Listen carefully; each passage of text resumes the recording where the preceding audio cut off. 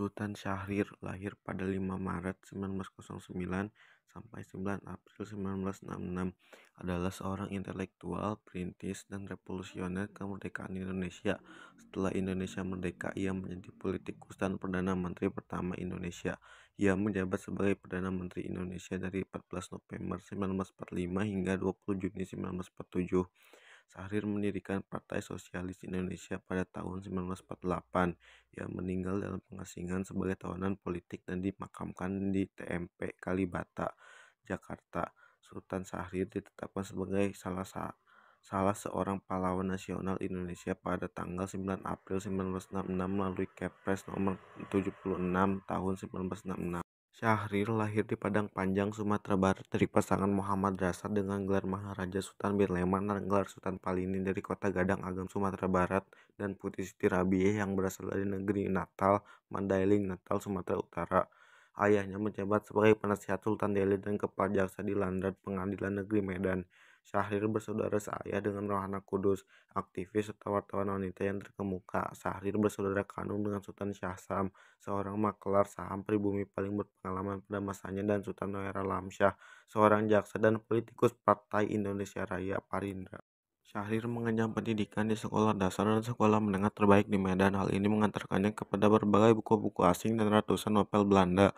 Malamnya dia mengamen di Hotel De Boer, kini Hotel Natu Dharma Delhi, hotel khusus untuk tamu-tamu Eropa. Pada tahun 1926, ia selesai dari Mulo masuk sekolah lanjutan atas di Bandung. Di sekolah itu dia bergabung dalam Himpunan Teater Mahasiswa Indonesia sebagai sutradara, penulis skenario, dan juga aktor. Hasil mentas itu dia gunakan untuk membiayai sekolah yang ia dirikan. Di kalangan siswa sekolah menengah di Bandung, Syahrir menjadi seorang bintang. Syahrir bukanlah tipe siswa yang hanya menyibukkan diri dengan buku-buku pelajaran dan pekerjaan rumah. Ia aktif dalam klub debat di sekolahnya. Syahrir juga berkecimpung dalam aksi pendidikan mulai kursus secara gratis bagi anak-anak dari keluarga tak mampu. Aksi sosial Syahrir kemudian menjurus jadi politis ketika para pemuda masih terikat dalam perhimpunan-perhimpunan kedaerahan.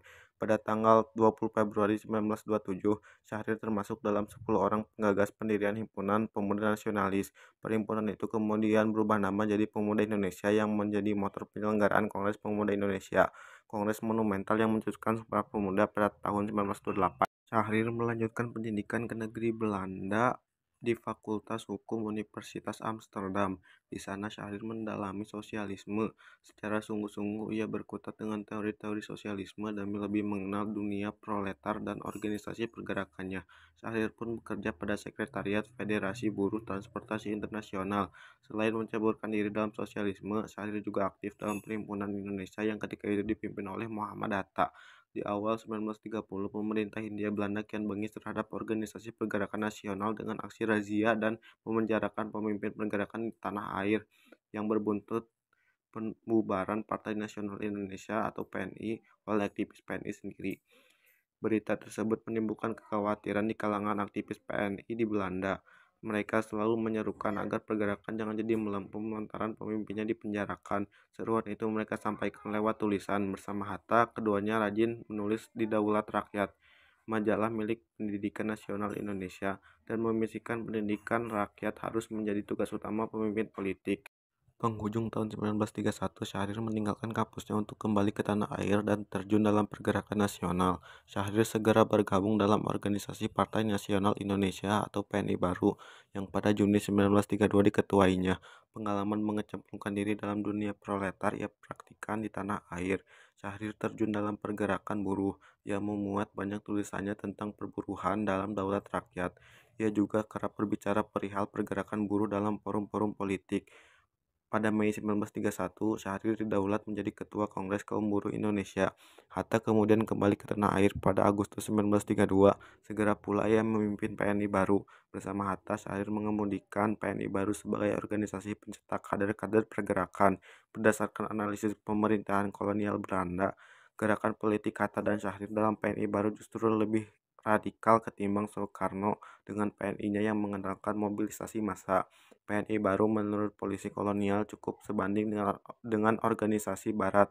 Meski tanpa aksi massa dan agitasi secara cerdas, lamban namun pasti, PNI baru mendidik kader-kader pergerakan yang siap bergerak ke arah tujuan revolusionernya. Karena takut akan potensi revolusioner PNI baru, Pada Februari 1934, pemerintah kolonial menangkap, memenjarakan, kemudian membuang Syahrir, Hatta, dan beberapa pemimpin PNI baru ke Bopen di Goel. Hampir setahun dalam kawasan malaria di Papua itu, Hatta dan Syahrir dipindahkan ke Banda Neira untuk menjalani masa pembuangan selama 6 tahun. Penculikan Perdana Menteri Syahrir merupakan peristiwa yang terjadi pada 26 Juni 1946 di Surakarta oleh kelompok oposisi Persatuan Perjuangan yang tidak puas atas diplomasi yang dilakukan oleh pemerintahan Kabinet Syahrir II dengan pemerintahan Belanda karena sangat merugikan perjuangan bangsa Indonesia saat itu. Kelompok ini menginginkan pengakuan kedaulatan penuh yang dicetuskan oleh Tan Malaka, sedangkan kabinet yang terkuasa hanya menuntut pengakuan kedaulatan atas Jawa dan Madura. Kelompok Persatuan Perjuangan ini dipimpin oleh Mayor Jenderal Sudarsono dan 14 pimpinan sipil, di antaranya Tan Malaka dari Persatuan Perjuangan bersama dengan Panglima Besar Jenderal Sudirman. Perdana Menteri Syahrir ditahan di suatu rumah peristirahatan di Paras. Setelah kejadian penculikan, Syahrir hanya bertugas sebagai Menteri Luar Negeri. Tugas sebagai Perdana Menteri diambil alih Presiden Soekarno, namun pada tanggal 2 Oktober 1946, Presiden menunjuk kembali Syahrir sebagai Perdana Menteri agar dapat melanjutkan perundingan Linggarjati yang akhirnya ditandatangani pada 15 November 1946. Agar Republik Indonesia tak runtuh dan perjuangan rakyat tak menampilkan wajah bengis, Syahrir menjalankan siasatnya di pemerintahan. Sebagai Ketua Badan Pekerja Komite Nasional Indonesia Pusat, ia menjadi arsitek perubahan kabinet presidensial menjadi kabinet parlementer yang bertanggung jawab kepada KNIP. Sebagai lembaga yang mempunyai fungsi legislatif, RI pun menganut sistem multipartai. Tatanan pemerintahan tersebut sesuai dengan arus politik pasca Perang Dunia II, yakni kemenangan demokrasi atas fasisme. Kepada masa rakyat, Syahrir selalu menyerukan nilai-nilai kemanusiaan dan anti kekerasan. Dengan siasat-siasat tadi, Syahrir menunjukkan kepada dunia internasional bahwa Revolusi Republik Indonesia adalah perjuangan suatu bangsa yang beradab dan demokratis di tengah suasana kebangkitan bangsa-bangsa melepaskan diri dari cengkraman kolonialisme pasca Perang Dunia Kedua. Pihak Belanda kerap melakukan propaganda bahwa orang-orang Indonesia merupakan gerombolan yang brutal, suka membunuh, merampok, menculik, dan lain-lain. Karena itu sah bagi Belanda melalui Nica menegakkan tertib sosial sebagaimana kondisi Hindia Belanda sebelum Perang Dunia Kedua. Mematahkan propaganda itu, Syahrir menginisiasi penyelenggaraan pameran kesenian yang kemudian diliput dan dipublikasikan oleh para wartawan luar negeri. Ada satu cara perihal sikap konsekuen pribadi Syahrir yang anti kekerasan. Di penghujung Desember 1946, Perdana Menteri Syahrir dicegat dan ditodong pistol oleh serdadu Nica. Saat serdadu itu menarik pelatuk, pistolnya macet karena geram dipukulnya Syahrir dengan gagang pistol. Berita itu kemudian tersebar lewat Radio Republik Indonesia. Mendengar itu, Syahrir dengan mata sembam membiru memberi peringatan keras agar siaran itu dihentikan, sebab bisa berdampak fatal dibunuhnya orang-orang Belanda di kamp tawanan oleh para pejuang Republik. Ketika tahu pemimpinnya dipukuli, meski jatuh bangun akibat berbagai tantangan di kalangan bangsa sendiri, Kabinet Syahrir I, Kabinet Syahrir II, sampai dengan Kabinet Syahrir III 1945 hingga 1947 konsisten memperjuangkan kedaulatan RI lewat jalur diplomasi. Syahrir tak ingin konyol menghadapi tentara sekutu yang dari segi persenjataan jauh lebih canggih.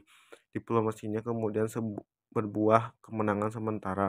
Inggris sebagai komando tentara sekutu untuk wilayah Asia Tenggara mendesak Belanda untuk duduk berunding dengan pemerintah Republik. Secara politik, hal ini berarti secara de facto sekutu mengakui eksistensi pemerintah RI. Jalan berliku di diplomasi diperkeruh dengan gempuran aksi militer Belanda pada 21 Juli 1947. Aksi Belanda tersebut justru mengantarkan Indonesia ke Forum Perserikatan Bangsa-Bangsa. Setelah tidak lagi menjabat Perdana Menteri, Syahrir diutus menjadi perwakilan Indonesia di PBB. Dengan bantuan Biju Patnaik, Syahrir bersama Agus Salim berangkat di leg sukses New York melalui New Delhi dan Kairo untuk menghalangi dukungan India dan Mesir. Pada 14 Agustus 1947, Syahrir berpidato di muka sidang Dewan Keamanan PBB. Berhadapan dengan para wakil bangsa-bangsa sedunia, Syahrir mengurai Indonesia sebagai sebuah bangsa yang berabad-abad peradaban aksara lantas dieksploitasi oleh kaum kolonial. Kemudian secara piawai Syahrir mematahkan satu persatu argumen yang sudah disampaikan wakil Belanda. Dengan itu, Indonesia berhasil merebut kedudukan sebagai sebuah bangsa yang memperjuangkan kedaulatannya di gelanggang internasional. PBB pun turut campur sehingga Belanda gagal mempertahankan upayanya untuk menjadikan pertikaian Indonesia Belanda sebagai persoalan yang semata-mata urusan dalam negerinya. Syahrir populer di kalangan para wartawan yang meliput sidang Dewan Keamanan PBB, terutama wartawan-wartawan yang berada di Indonesia semasa revolusi. Beberapa surat kabar menamakan Syahrir sebagai the smiling diplomat. Syahrir mewakili Indonesia di PBB selama 1 bulan dalam 2 kali sidang. Pimpinan degradasi Indonesia selanjutnya diwakili oleh Lambertus Nicodemus Palar.